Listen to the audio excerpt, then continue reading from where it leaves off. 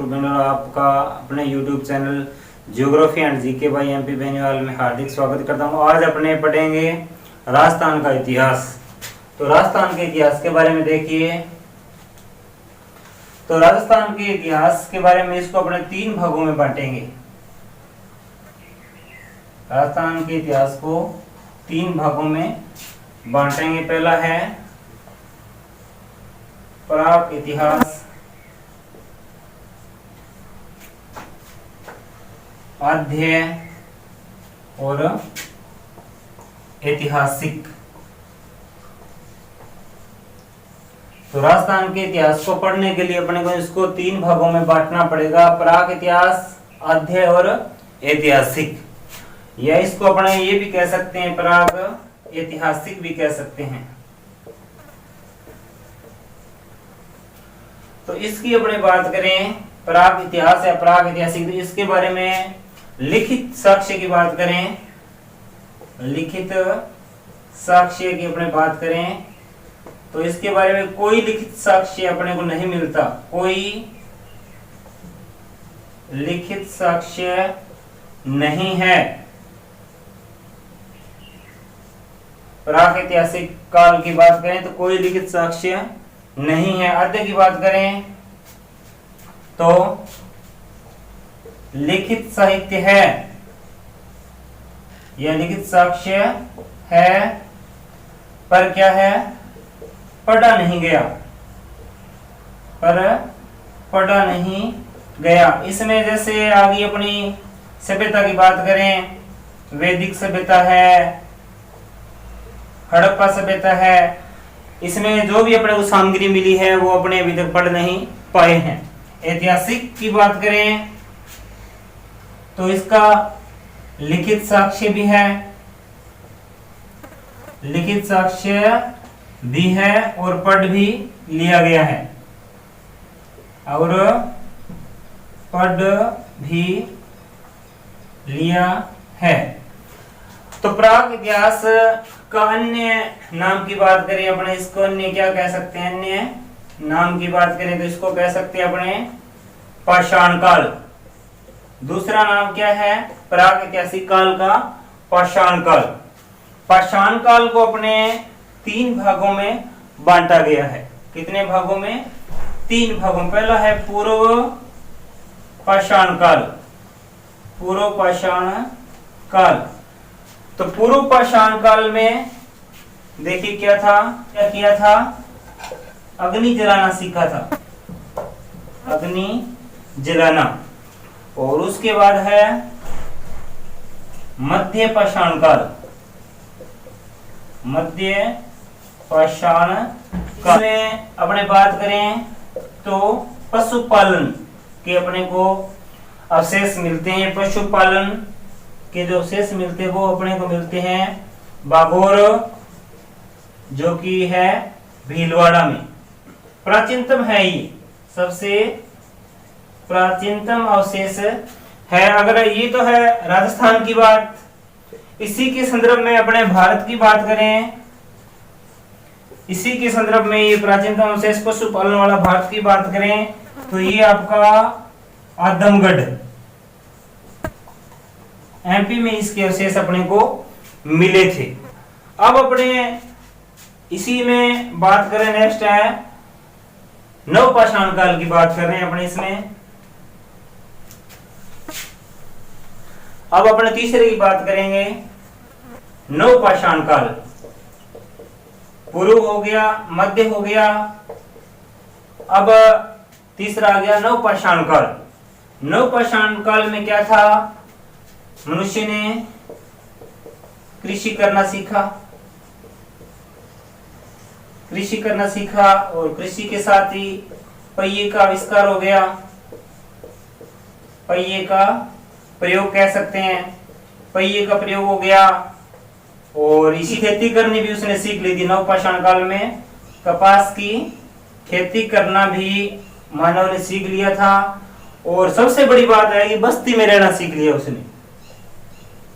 मनुष्य ने क्या किया, बस्ती में रहना सीखा। तो बस्ती में रहने से पहले वह जंगलों में इन गुफाओं में रहता था और कृषि का हम बता देते हैं कृषि करना सीखा।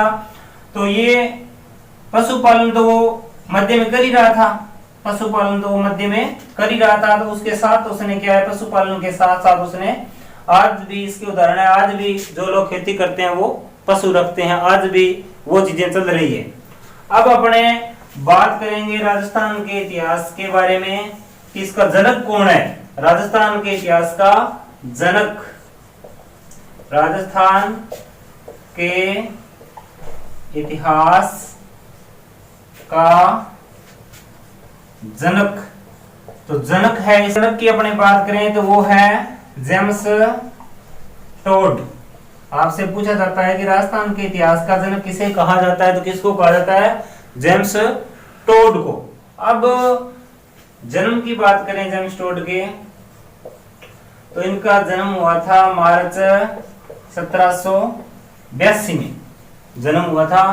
स्थान की बात करें तो भारत में नहीं हुआ था, जन्म हुआ था इंग्लैंड में, जन्म हुआ था इनका इंग्लैंड में। स्थान की बात करें तो वो स्थान था आपका इस्लिंगटन की बात करें तो वो आपका रह जाता है इंग्लैंड में इस्लिंगटन नामक स्थान पर जेम्स टोड का जन्म मार्च में 1782 में हुआ था। अब इसके बाद की घटना है कि 16 साल की उम्र में यानी 1798 में जेम्स टोड है वो इंग्लैंड की सेना में एक सैनिक के रूप में भर्ती हो जाते हैं। इंग्लैंड की सेना में सैनिक के रूप में भर्ती हो जाते हैं। ये जो बात है वो 1798 की है। और इसके बाद में 1817 से 22 में क्या ये मेवाड़ और हड़ौती के पीए रहे। पीए मतलब पॉलिटिकल एजेंट के तौर पर मेवाड़ और हड़ौती में कार्य किया। और इसके बाद में 1818 में इन्होंने क्या किया, मेवाड़ और जो ईस्ट इंडिया कंपनी थी अंग्रेजों की, उसमें जो संधि की थी मेवाड़ और ईस्ट इंडिया कंपनी के बीच में संधि हुई थी, उसमें महत्वपूर्ण योगदान इन्होंने दिया था अपना। यह एक तरह से मदद की थी कर्नल जेम्स टोड ने। अब अपने आगे टोड की बात करें तो इतिहास का संग्रहण कैसे किया था इन्होंने, इतिहास का संग्रहण कैसे किया था जेम्स टोड ने। तो इन्होंने इतिहास का संग्रहण है वो घोड़े पर किया था, घोड़े पर किया था राजस्थान में। तो इसलिए इस घोड़े पर करने का इनका एक उपनाम हो गया था जेम्स टोड का, घोड़े वाले बाबा के नाम से जेम्स टोड है वो राजस्थान में यानी मेवाड़ में रुद्र प्रसिद्ध हो गए थे, कारण घोड़े पर इन्होंने इतिहास का संग्रहण किया था। अब इनकी एक और महत्वपूर्ण बात है कि जो ग्रंथ है अपने पहले भी पढ़ चुके हैं। 1829 में जेम्स टोड के द्वारा क्या है, एनाल्स एंड एंटीक्विटीज ऑफ ग्रंथ की रचना की थी इन्होंने, यह ग्रंथ लिखा था। ग्रंथ कौन सा, annals and antiquities of, Rajasthan में जो बहुत सारी चीजें थी वो राजस्थान के बारे में थी। तो annals and antiquities of Rajasthan जो ग्रंथ है इनका, इसमें राजस्थान के इतिहास के बारे में अपने को बहुत सारी जानकारी मिलती है। और इसमें इस ग्रंथ में क्या था, इसमें क्या था कि 1829 में जो इन्होंने ग्रंथ लिखा है annals and antiquities of Rajasthan, इसमें राजस्थान के बारे में क्या है, एक जानकारी है कि सर्वप्रथम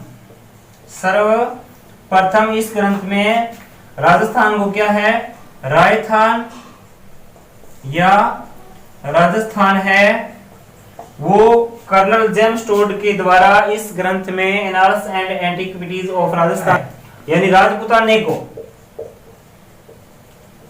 जो अपना राजपुताना यानी राजस्थान को सबसे पहले राजस्थान या राजस्थान है, वो इस ग्रंथ में कहा गया है। और इसके बाद अपने डेथ की बात करें तो 1835 में कर्नल जेम्स टोड की डेथ हो जाती है, मौत हो जाती है 1835 में।